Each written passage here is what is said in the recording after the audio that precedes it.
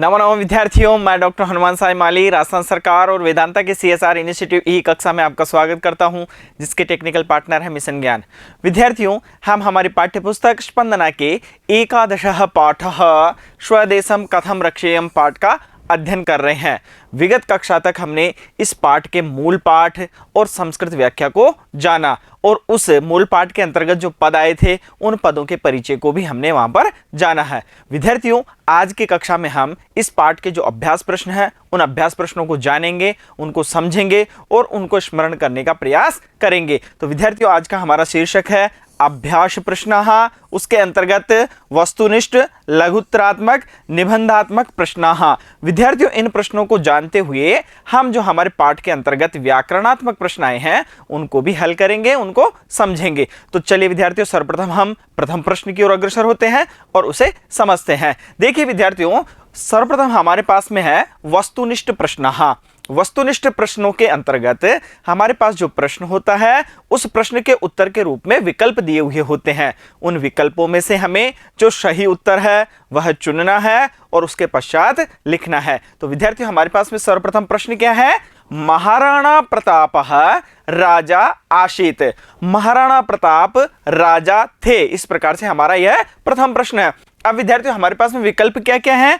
विकल्प है मारवाड़ राज्यस्य, मारवाड़ राज्य के, मेवाड़ राज्यस्य, मेवाड़ राज्य के, भरतपुर राज्यस्य, भरतपुर राज्य के और अलवर राज्यस्य, अलवर राज्य के। इस प्रकार से विद्यार्थियों हमारे पास में यहाँ पर विकल्प है। उन विकल्पों में से सही उत्तर क्या है विद्यार्थियों? महाराणा प्रताप कहाँ के राजा थे? महाराणा प्रताप मेवाड़ के राजा थे। तो हमारा उत्तर क्या होगा विद्यार्थियों? मेवाड़ राज्यस्य। उत्तर हमने यहाँ लिख दिया है मेवाड़ राज्यस्य। और यहाँ पर हमारे पास जो क्रम है उसका वह क्रम हमने यहाँ पर लिख दिया है। अब विद्यार्थियों, हम द्वितीय प्रश्न की ओर बढ़ते हैं। हमारा द्वितीय प्रश्न है विद्यार्थियों, महाराणा प्रतापः कष्टम स्वीकरोति। महाराणा प्रताप ने कष्ट स्वीकार किए। अब यह प्रश्न पूछना चाह रहा है कि महाराणा प्रताप ने कष्ट किसके लिए सहन किए। तो अब देखिए विद्यार्थियों, हमारे सम्मुख क्या क्या विकल्प है? धन संग्रहणाय, धन संग्रह के लिए, राज्य सुखाय, राज्य के सुख के लिए, देशस्य स्वाधीनतायै, देश की स्वाधीनता के लिए, भोजनाय, भोजन के लिए।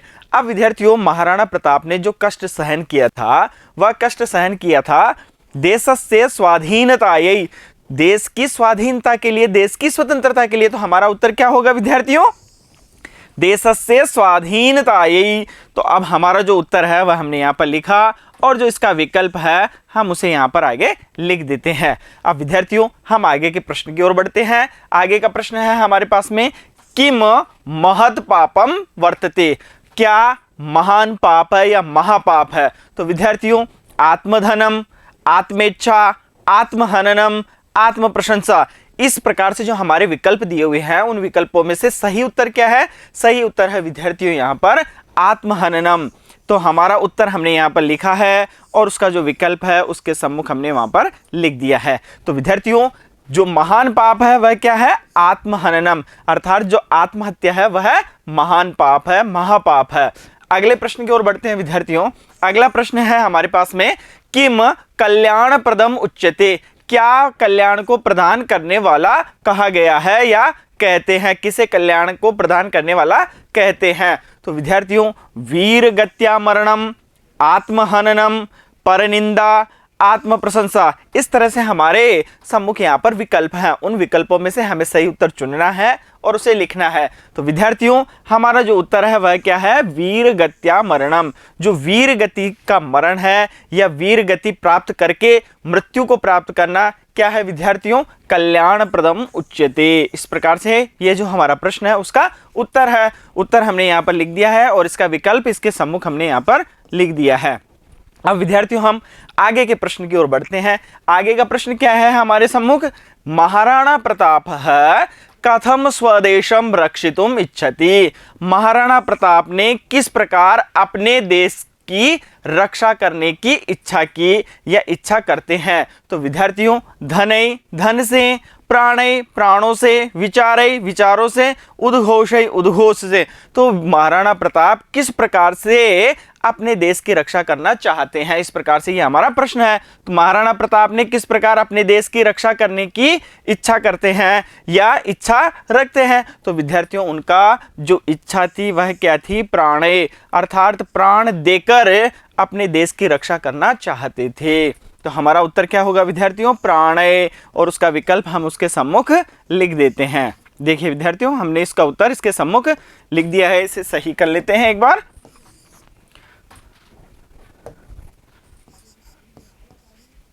अब हम आगे के प्रश्नों की ओर बढ़ते हैं। विद्यार्थियों अब हमारे जो प्रश्न हैं उनकी प्रकृति बदलती है। देखिए हमारे पास में अब क्या है विद्यार्थियों? लघुत्तरात्मक प्रश्न, ऐसे प्रश्न जिनके उत्तर लघु हैं। चलिए विद्यार्थियों सर्वप्रथम प्रश्न को अध्ययन करते हैं, उसको भली भांति जानते हैं, उसके पश्चात उसका उत्तर वहां पर प्रदान करते हैं। देखिए विद्यार्थियों हमारे सम्मुख सभी जो हमारे पाठ्य पुस्तक के प्रश्न हैं वह लिखे हुए हैं। सभी प्रश्नों को एक बार अध्ययन करते हैं, फिर उसके पश्चात एक एक प्रश्न को लेते हुए उनका उत्तर प्रदान करते हैं। देखिए महाराणा प्रतापः कुत्र उपविष्टः आसीत्, महाराणा प्रताप कहां पर बैठे हुए थे, इस प्रकार से हमारा प्रश्न है। देखिए भामाशाह कः आसीत्, भामाशाह कौन थे? भामाशाह किम आदाय प्रतापस्य समीपम आगच्छति, भामाशाह क्या लेकर प्रताप के समीप आते हैं? प्रतापः कस्य अभावे किमपि कर्तुम असमर्थः, प्रताप किसके अभाव में कुछ भी करने में असमर्थ हैं? भिल्लाः किम कर्तुम उद्यतः भवन्ति, भील क्या करने के लिए तत्पर होते हैं? इस प्रकार से विद्यार्थियों हमारे यहाँ पर प्रश्न है। चलिए एक एक प्रश्न को लेते हैं और उसका उत्तर प्रदान करते हैं। देखिए विद्यार्थियों हमारे पास में प्रथम प्रश्न क्या था? महाराणा प्रतापः कुत्र उपविष्टः आसीत्, महाराणा प्रताप कहां पर बैठे हुए थे? अब विद्यार्थियों यहां पर हमें उत्तर देना है कुत्र के स्थान पर, अर्थात हमारा जो उत्तर होगा वह क्या होगा? स्थान के विषय में। देखिए विद्यार्थियों जब भी स्थान के संबंध में प्रश्न पूछा जाता है तो वहां पर कुत्र अव्यय का प्रयोग किया जाता है। जब हम किसी वाक्य को प्रश्नवाचक वाक्य बनाते हैं और वहां पर अगर स्थान का प्रसंग है तो उसको प्रश्न बनाने के लिए हम वहां पर कुत्र अव्यय का प्रयोग करते हैं। तो यहां पर भी विद्यार्थियों कुत्र है, तो हमारा उत्तर क्या होगा? स्थान के विषय में।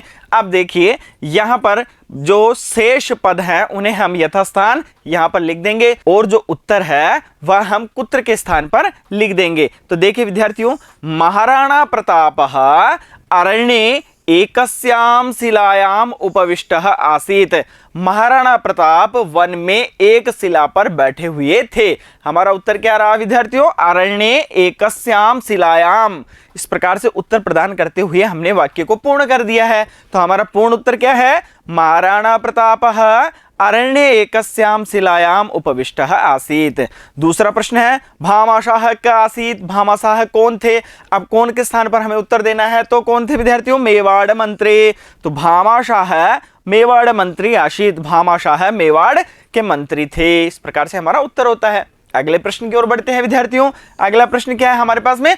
भामाशाह किम आदाय प्रतापस्य समीपम आगच्छति, भामाशाह क्या लेकर प्रताप के समीप आते हैं? अब क्या लेकर आते हैं विद्यार्थियों? वह लेकर आते हैं धनराशि ग्रंथिम। तो किम के स्थान पर हम क्या लिखेंगे? धनराशि ग्रंथिम। हमारा पूरा उत्तर क्या होगा? भामाशाह धनराशि ग्रंथिम आदाय प्रतापस्य समीपम आगच्छति, भामाशाह धन की पोटली लेकर प्रताप के समीप आते हैं। इस प्रकार से ये हमारा उत्तर हुआ। अगला प्रश्न क्या है? प्रतापः कस्य अभावे किमपि कर्तुम असमर्थ है, प्रताप किसके अभाव में कुछ भी करने में असमर्थ है? तो हमारा प्रश्न कहां से पूछा गया है? कस्य से। यहां पर हम लिखेंगे विद्यार्थियों धनाभावे। अब हमारा संपूर्ण उत्तर क्या होगा? प्रतापः धनाभावे किमपि कर्तुम असमर्थ है, प्रताप धन के अभाव में कुछ भी करने में असमर्थ है। भिल्लाः किम कर्तुम उद्यतः भवन्ति, भील क्या करने के लिए तत्पर होते हैं? तो किम के स्थान पर उत्तर क्या लिखेंगे विद्यार्थियों? हम आत्म बलिदानम या आत्महननम। तो भिल्लाः आत्म बलिदानम कर्तुम उद्यतः भवन्ति, भील आत्म बलिदान करने के लिए तत्पर होते हैं। इस प्रकार से विद्यार्थी जो हमारे प्रश्न थे उन प्रश्नों के हमने यहाँ पर उत्तर प्रदान किए हैं। अब विद्यार्थियों हम जो अगले प्रश्न है उसकी ओर बढ़ते हैं। वहां पर भी हमारी प्रकृति जो प्रश्न की है वह बदल जाती है। अब हमें उत्तर क्या देना है विद्यार्थियों? निबंधात्मक प्रश्न। हाँ, अब यहाँ पर निबंधात्मक प्रश्न है तो उत्तर भी हमें विस्तृत रूप से देना है। चलिए विद्यार्थियों, सर्वप्रथम हमारे सम्मुख जो प्रश्न है उन प्रश्नों को पढ़ते हैं और उनको पढ़ने के उपरांत समझकर उनका उत्तर प्रदान करते हैं। देखिए प्रथम प्रश्न हमारे सम्मुख क्या है? प्रतापः अरण्य उपविष्टः किमर्थम खिन्नः भवति। प्रताप वन में बैठे हुए किस प्रकार से दुखी होते हैं या किसके लिए दुखी होते हैं? आत्महननम किमर्थम महत् पापम अस्ति। आत्महनन किस प्रकार से महापाप है।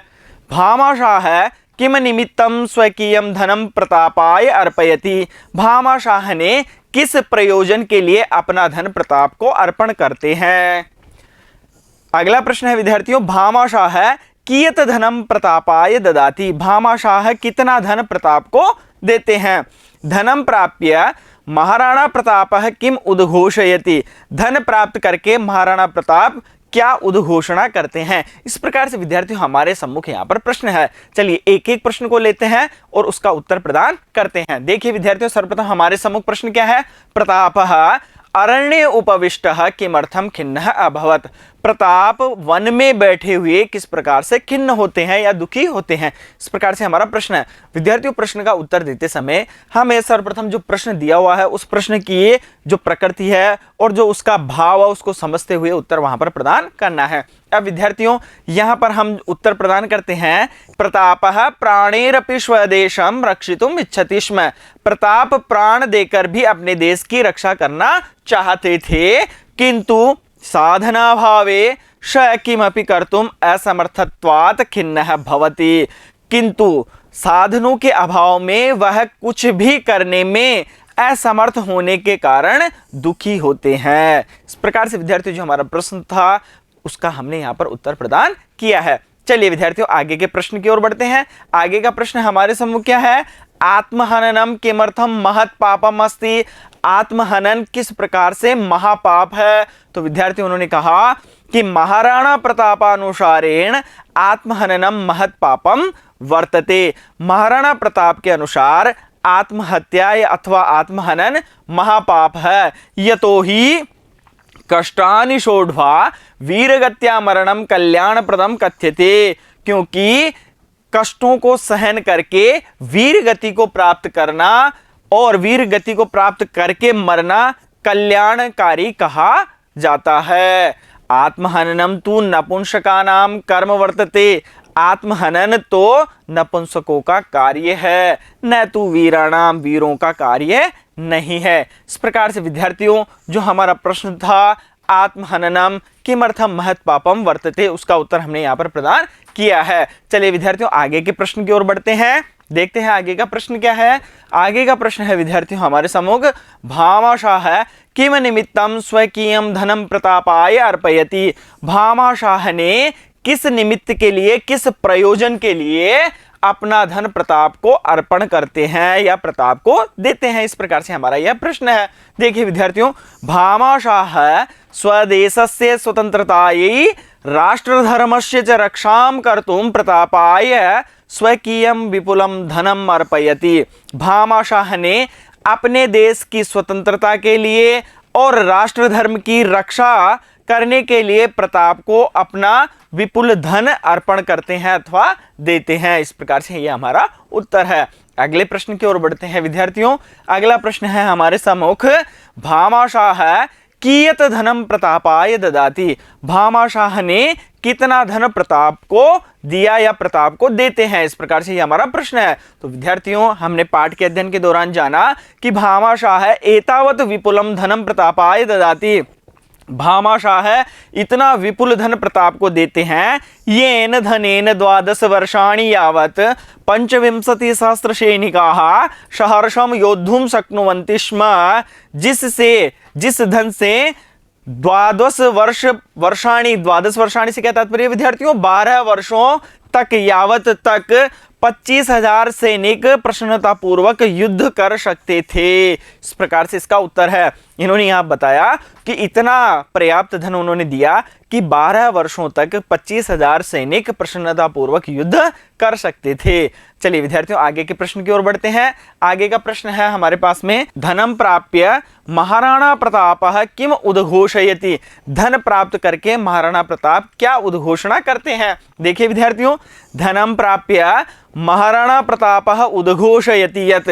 धन प्राप्त करके महाराणा प्रताप उद्घोषणा करते हैं कि अद्य अस्मात् एव क्षणात् राणा स्वदेशस्य पारतंत्र्य श्रृंखलाः त्रोटयितुं शत्रून् संहारयितुं धर्मं रक्षितुं च योत्स्यते अवश्यम योत्स्यते। इस प्रकार से इसका उत्तर है। धन प्राप्त करके महाराणा प्रताप उद्घोषणा करते हैं कि अद्य अस्मात् एव क्षणात्, आज इसी ही क्षण से राणा स्वदेशस्य, महाराणा प्रताप अपने देश के परतंत्रता की श्रृंखला को तोड़ने के लिए, शत्रुओं का संहार करने के लिए और धर्म की रक्षा के लिए युद्ध करेगा अथवा युद्ध करेंगे। अवश्यम योत्स्यते, आवश्यक या निश्चित रूप से युद्ध करेंगे। इस प्रकार से इसका उत्तर है। देखिए विद्यार्थियों, धन को प्राप्त करने के उपरांत महाराणा प्रताप क्या घोषणा करते हैं। वह घोषणा करते हैं कि आज इसी ही क्षण से अपने देश की जो परतंत्रता है उसकी श्रृंखला अर्थात उनकी बेड़ियों को तोड़ने के लिए, शत्रुओं को संहार करने के लिए, शत्रुओं का संहार करके उनको जो देश है उस देश से बाहर निकालने के लिए, धर्मम रक्षितुम, धर्म की रक्षा के लिए युद्ध करेंगे और निश्चित रूप से युद्ध करेंगे। इस प्रकार से इसका उत्तर है। अब विद्यार्थियों हम आगे के प्रश्नों की ओर बढ़ते हैं। देखिए विद्यार्थियों, हमने जो प्रश्नों का अध्ययन किया उन प्रश्नों के अंतर्गत हमने वस्तुनिष्ठ, लघुत्तरात्मक और निबंधात्मक प्रश्नों का अध्ययन किया। अब हम जो व्याकरणात्मक प्रश्न हैं हमारी पाठ्य पुस्तक के, उनका अध्ययन करते हैं। देखिए विद्यार्थियों, हमारे सम्मुख यहाँ पर प्रश्न क्या है। निम्नलिखितानां समासयुक्तानां पदानां समासः नामोल्लेख सहितं विग्रहं कुरुत। निम्नलिखित समास युक्त पदों के ये जो पद हैं ये क्या है विद्यार्थियों, समास से युक्त है। उसके पश्चात उन्होंने कहा समासः नामोल्लेखम सहितम, समास का नामोल्लेख करते हुए, अर्थात इस पद के अंदर क्या समास है उसके नाम का उल्लेख करते हुए, उसका नाम जो है उसको यहां पर लिखते हुए, सहितम विग्रहम कुरुत, लिखते हुए जो समास है उसका विग्रह यहां पर करना है। तात्पर्य ये रहा विद्यार्थियों, हमारे सम्मुख पद दिए हुए हैं, उन पदों के विग्रह करते हुए हमें समास का नामोल्लेख करना है। ये हमारा प्रश्न है। प्रथम पद देखते हैं विद्यार्थियों, महत् पापम। फिर उसके बाद परमेश्वरः, तुच्छ सेवकः, वीर पुरुषः। अब यहाँ पर विद्यार्थियों हम सामान्य तौर पर देखते हैं कि समास के अंतर्गत हमारे पास में पद होते हैं, पूर्व पद और उत्तर पद। जब समास युक्त पद होता है तो वहां पर जो विभक्ति है उसका लोप हो जाता है, लेकिन यदि अगर हम उसका विग्रह करेंगे तो वहां पर हम उसका जो विभक्ति है उसको प्रयोग में लेते हुए पद बनाकर वहां पर लिखेंगे। चलिए विद्यार्थियों अब एक एक पद लेते हैं और उसे उत्तर प्रदान करते हैं। देखिए विद्यार्थियों, हमारे पास में प्रथम पद क्या आता है, महत् पापम। अब इसका विग्रह करेंगे तो हमारे पास में पद क्या, विग्रह क्या आएगा विद्यार्थियों, महत् पापम। और यहाँ पर समास कौन सा होगा, समास होगा विद्यार्थियों कर्मधारी समास। अब विद्यार्थियों कर्मधारी समास के अंतर्गत हम संक्षिप्त रूप में यह जान लेते हैं कि जहां पर हमारे सम्मुख जो दो पद दिए हुए हैं, पूर्व पद और उत्तर पद, उन दोनों पदों के अंतर्गत जो विभक्ति है वह समान होगी और दोनों पद प्रधान होंगे। दूसरा और अंत में यहाँ पर हम संक्षिप्त रूप में यह भी समझ लेते हैं कि यहाँ पर विशेषण और विशेष से संबंधी भाव रहेगा। तो विद्यार्थियों द्वितीय पद देखते हैं हम, परमेश्वर है। परमेश्वर का विग्रह किस प्रकार से करेंगे, परम परमश्चासो स्वरः। समास कौन सा है, कर्मधार्यः। और अगला पद क्या है विद्यार्थियों, तुच्छ सेवकः, तुच्छः सेवकः। समास कौन सा है? कर्मधार्यः, वीर पुरुषः, वीरः पुरुषः, कर्मधार्यः। इस प्रकार से विद्यार्थियों हमारे सम्मुख जो पद थे उन पदों के हमने विग्रह किए और विग्रह करने के उपरांत वहां पर समास का नाम लिखा है। अब हमने जो 3 बातें बताई है विद्यार्थियों, पहली और प्रथम हमारी जो बात थी वह क्या थी कि जो 2 पद हैं उन दोनों पदों के अंदर समान विभक्ति होगी। तो देखिए विद्यार्थियों, वीरः पुरुषः समान विभक्ति, तुच्छः सेवकः समान विभक्ति, इस प्रकार से इनके अंतर्गत समान विभक्तियां हैं और दोनों विभक्तियां प्रधान होती है। और विभक्तियां नहीं विद्यार्थियों, दोनों पद प्रधान होते हैं, पूर्व पद और उत्तर पद। और इसी कारण हम अंत में थोड़ा सा हमने यह भी समझा था कि यहाँ पर जो विशेषण और विशेष्य होता है उसका भाव होता है। तो विद्यार्थियों पुरुष का विशेषण क्या है? वह वीर। सेवक किस प्रकार का है? वह तुच्छ। इस प्रकार से विद्यार्थियों हमने यहाँ पर जो विशेषण और विशेष्य है उसके भाव और विभक्ति के प्रसंग को देखते हुए वहां पर हमने समास किया है कर्मधारय समास है। चलिए विद्यार्थियों आगे के जो प्रश्न है उनकी ओर बढ़ते हैं। अब विद्यार्थियों हमारे सम्मुख जो प्रश्न है वह क्या है? संधि विच्छेद से संबंधित प्रश्न का अध्ययन करते हैं। निम्नलिखितानाम पदानाम संधि विच्छेदम कुरुत, निम्नलिखित पदों के संधि विच्छेद करो। इस प्रकार से विद्यार्थियों हमारा यह प्रश्न है। देखिए विद्यार्थियों सर्वप्रथम हमारे पास में प्रथम पद क्या है? अनेनेव धन्योसी राजोचितम ध्येय तत्, यह हमारे पद हैं। इनको हमें क्या करना है विद्यार्थियों? विच्छेदित करना है और हम यहाँ पर संधि का नाम भी इनका जानेंगे। देखिए विद्यार्थियों, अब विद्यार्थियों हम प्रथम पद की ओर अग्रसर होते हैं। हमारे पास में प्रथम पद क्या है विद्यार्थियों? अनेनेव। अगर हम इसको विच्छेदित करते हैं तो हमारे पास में क्या स्थिति आती है? अनेन धन एव। और यहाँ पर संधि होती है विद्यार्थियों वृद्धि संधि। देखिए वृद्धि संधि किस प्रकार से हुई है?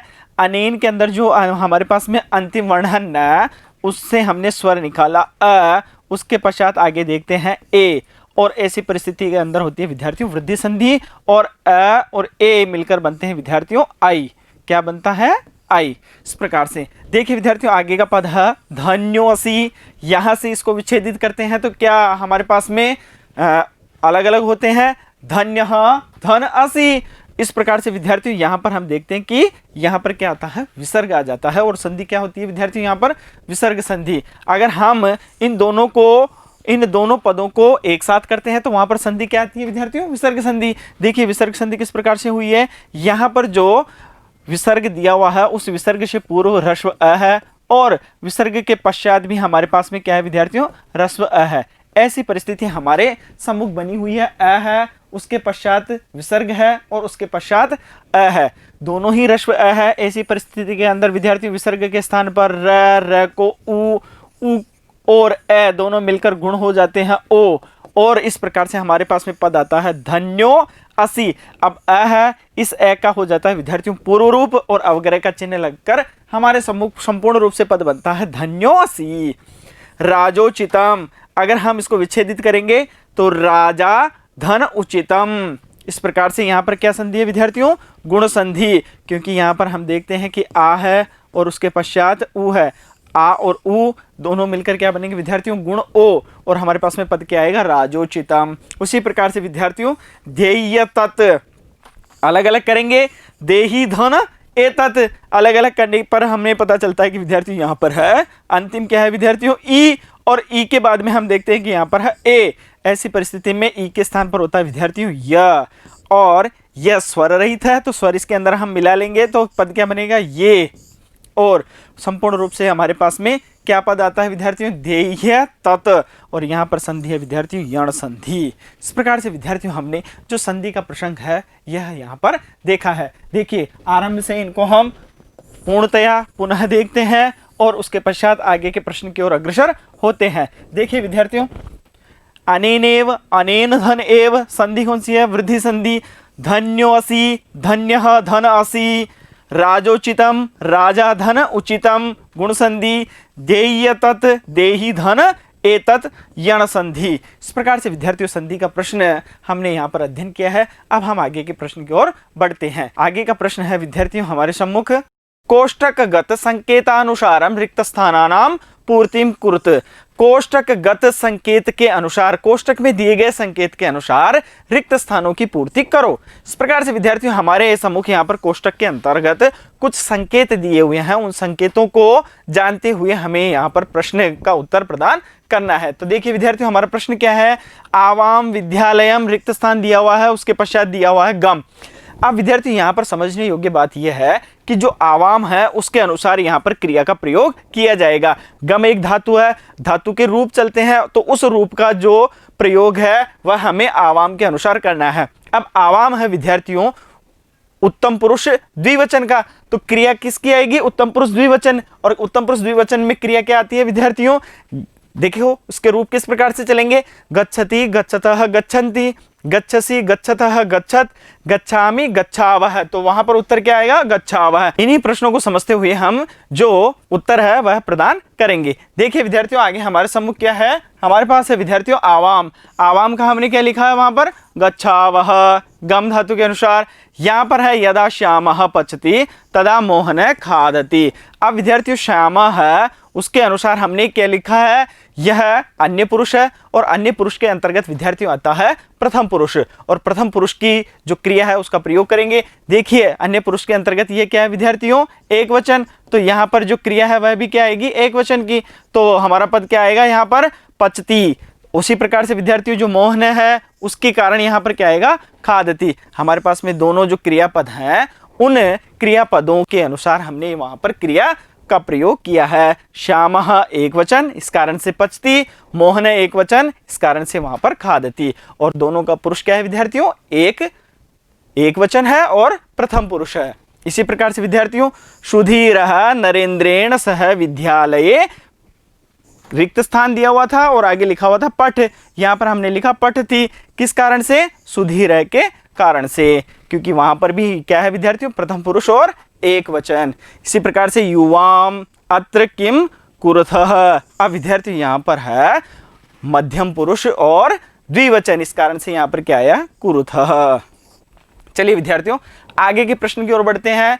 निम्नलिखितानि वाक्यानि संशोधयत, निम्नलिखित वाक्यों का संशोधन करो। देखिए पुत्रम सह पिता आगच्छति। अब सह के योग में क्या होता है विद्यार्थियों, तृतीय विभक्ति आती है, और के साथ जहां पर अर्थ आता है उसके अंतर्गत वहां पर तृतीय विभक्ति आती है। इसी कारण से विद्यार्थियों हम इसको सही करते हुए आगे लिखेंगे। इसी प्रकार से विद्यार्थियों परितः के योग में द्वितीय विभक्ति आती है, नमः के योग में चतुर्थी विभक्ति आती है, और विना के योग में अलग अलग विभक्तियां आती है। उनको हम समझते हैं और उत्तर प्रदान करते हैं। देखिए विद्यार्थियों हमारे पास में जो वाक्य है वह क्या है, पुत्रम सह पिता आगच्छति। अब सह के योग में तृतीय विभक्ति, तो पुत्रम के अंतर्गत क्या आएगा विद्यार्थियों, तृतीय विभक्ति, और क्या आएगा, पुत्रेण। सह के योग में पुत्रेण सह पिता आगच्छति। इस प्रकार से ये हमारा जो वाक्य है वह संशोधित होता है, सही होता है। उसी प्रकार से विद्यार्थियों परितः के योग में हमने क्या बताया था, द्वितीय विभक्ति, तो उदयपुरस्य परितः जलम अस्ति। तो उदयपुरस्य के अंतर्गत क्या आएगा विद्यार्थियों, उदयपुरम। तो यहां पर क्या हुआ, उदयपुरम परितः जलम अस्ति। इसी प्रकार से विद्यार्थियों नमः के योग में चतुर्थी विभक्ति, तो हरि जो पद है उसके अंतर्गत चतुर्थी विभक्ति लगाएंगे, तो क्या आएगा, हरये नमः। अब विद्यार्थियों हम यहाँ पर देखते हैं कि जो विना है, विना के योग में द्वितीया, तृतीया और पंचमी विभक्ति वहां पर आती है। तो विद्यार्थियों देखिए धर्माय के स्थान पर क्या आएगा, या तो धर्मम या धर्मेण अथवा धर्मात, न सुखम। तो धर्मम धर्मेण धर्मात विना न सुखम। इस प्रकार से ये जो हमारा वाक्य है वह संशोधित होगा। इसी प्रकार से विद्यार्थी जो स्थूल अक्षर दिए हुए हैं उनको आधार मानकर हमें यहाँ पर प्रश्न निर्माण करना है। देखिए विद्यार्थियों हमारे पास में जो क है वह क्या है, आत्महननम महत् पापम अस्ति। अब हमें जो आत्महनन है उसके स्थान पर प्रश्न निर्माण करना है। उसी प्रकार से हमारे पास में द्वितीय वाक्य है, अनेन 12 वर्षाणि यावत् 25,000 सैनिकाः सहर्षं योद्धुं शक्नुवन्ति।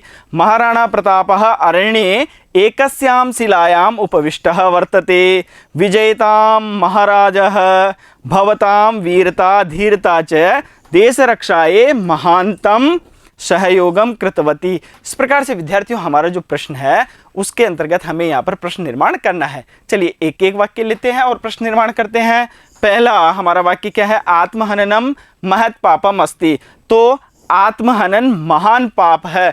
तो अब हम प्रश्न क्या बनाएंगे, क्या महान पाप है, तो वहां पर आत्महननम के स्थान पर हम लिखेंगे विद्यार्थियों किम, और किम लिखते हुए जो शेष जो वाक्य है उसको वहां पर हम लिख देंगे। तो किम महत पापम अस्ति, इस प्रकार से हम इसको लिखकर प्रश्न बना सकते हैं। और अंत में हम लगाएंगे विद्यार्थियों वहां पर प्रश्नवाचक चिन्ह, और यहां पर हम इसको बदल देते हैं प्रश्नवाचक चिन्ह के रूप में। अब यह हमारा पूर्ण रूप से सही है। अगला वाक्य लेते हैं विद्यार्थियों, अनेन 12 वर्षाणि यावत 25,000 सैनिकाः सहर्षं योद्धुं शक्नुवन्ति। अनेन, इससे 12 वर्षों तक 25,000 सैनिक हर्ष सहित युद्ध कर सकते हैं। तो अब विद्यार्थियों हमारे पास में है 25,000, तो 25,000 को यदि अगर हम प्रश्न में परिवर्तित करते हैं तो वहां पर हम लिखेंगे कति, और कति लिखते हुए हम प्रश्न का निर्माण करेंगे। तो देखिए विद्यार्थियों, अनेन 12 वर्षाणि यावत सैनिकाः सहर्षं योद्धुं शक्नुवन्ति, और वहां पर लिखेंगे हम कति, कति लिखते हुए प्रश्न का निर्माण करेंगे। तो संख्यात्मक है, संख्यात्मक को हमें प्रश्न निर्माण में बदलने के लिए किस अव्यय का प्रयोग करेंगे, कति अव्यय का। तो कति लिखते हुए हमने यहाँ पर प्रश्न निर्माण किया है, और अंत में क्या लगाया है, प्रश्नवाचक चिन्ह। अनेन 12 वर्षाणि यावत कति सैनिकाः सहर्षं योद्धुं शक्नुवन्ति, इस प्रकार से। चलिए विद्यार्थियों आगे की ओर बढ़ते हैं। आगे है महाराणा प्रतापः अरण्ये एकस्यां शिलायां उपविष्टः वर्तते। महाराणा प्रताप वन में एक शिला पर बैठे हुए हैं। इस प्रकार से विद्यार्थियों अब यहाँ पर स्थान बताया गया है, तो स्थान के लिए हम अव्यय का प्रयोग करेंगे कुत्र। कुत्र लिखते हुए जो बाकी के पद हैं उन्हें यथास्थान व्यवस्थित करते हुए प्रश्न निर्माण करेंगे, और अंत में क्या लगाएंगे, प्रश्नवाचक चिन्ह। तो इसी प्रकार से विद्यार्थियों महाराणा प्रतापः कुत्र उपविष्टः वर्तते, विजयतां महाराजः। अब महाराजा के स्थान पर हम क्या लिखेंगे विद्यार्थियों का, तो लिखेंगे विजयतां महाराजः, महाराज की विजय हो। और प्रश्न क्या बनेगा, किसकी विजय हो। भवतां वीरता धीरता च देश रक्षायै महानतम सहयोगम कृतवती। इस प्रकार से विद्यार्थियों देश रक्षा यही लिखा हुआ है, यहां पर हम प्रयोग करेंगे कस्यै, जो किम सर्वनाम है उसके पदों का। और यहां पर विद्यार्थियों जो कस्यै है वह है स्त्रीलिंग का, देश रक्षा यही। इस प्रकार से हम जो स्त्रीलिंग का पद है उसका प्रयोग करते हुए प्रश्न निर्माण करेंगे। भवताम वीरता धीरता च कस्यै महानतम सहयोगम कृतवती। इस प्रकार से अंत में क्या लिखेंगे, प्रश्नवाचक चिन्ह। यहाँ पर भी क्या लिखेंगे विद्यार्थियों, प्रश्नवाचक चिन्ह। और जो हमारे पूर्व के पद हैं यहाँ पर भी हमने एक प्रश्नवाचक चिन्ह लगा दिया है। यदि अगर विद्यार्थियों हम प्रश्नवाचक चिन्ह नहीं लगाते हैं तो हमारा जो प्रश्न निर्माण का कार्य है वह पूर्ण नहीं होगा। इस प्रकार से विद्यार्थियों हमने इस पाठ का अध्ययन किया, और अंत में हमने जो यह पाठ है उस पाठ के जो अभ्यास प्रश्न है उनको हल किया है। अब विद्यार्थियों हम एक नए विषय के साथ मिलते हैं अगले वीडियो में, तब तक के लिए धन्यवाद।